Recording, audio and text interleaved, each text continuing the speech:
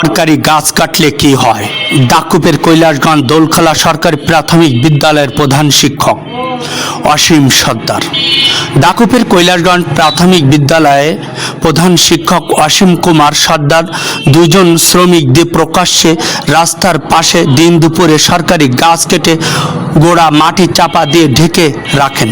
এ সময় প্রধান শিক্ষক স্কুলে না গিয়ে গাছ কাটায় সহযোগিতা করেন শ্রমিকের এবং তিনি বলেন গাছ কাটলে কি হয়? এর আগে আওয়ামী লীগ ক্ষমতায় থাকতে স্কুলেরও গাছ কেটে খেয়েছি। কই তখন তো কোনো সাংবাদিক আসেনি, এত কথাও হয়নি, কিছুই তো হলো না।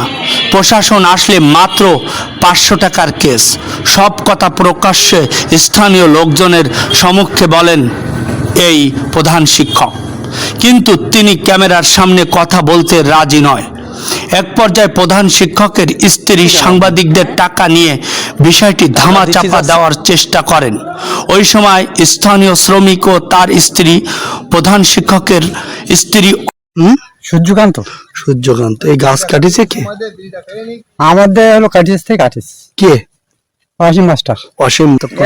এখন তো বুঝতে পারছি যে সরকার কি বলবে, এখন কেটে হয়েছে না জানতে তা। ইউনিয়ন এর ইউপি সদস্য অশোক বাবু মুঠোফোনে গাছ কাটার বিষয় বলেন। এগুলো তো সরকারি ল্যান্ডে যে গাছগুলো, এই গাছগুলো কাটতে গেলে আপনার আগে হয়তো স্থানীয় ইউনিয়ন পরিষদের চেয়ে অনুমতি নিতে হয়। ওরা তো এরকম কোনো অনুমতি নিয়েনি। হ্যাঁ, এখন তারপরেও অনুমতি না নিয়ে গাছ নাকি কাটিছে। আমার কাছে ফোন দিয়ে বিষয়টি প্রশাসনের দৃষ্টি আকর্ষণ করা গেল এবং এই আওয়ামী লীগের শিক্ষকের বিরুদ্ধে আইনগত ব্যবস্থা গ্রহণের দাবি জানান সাধারণ মানুষ। মোখলেসুর রহমান, আলোর খবর, দাকুপ, খুলনা।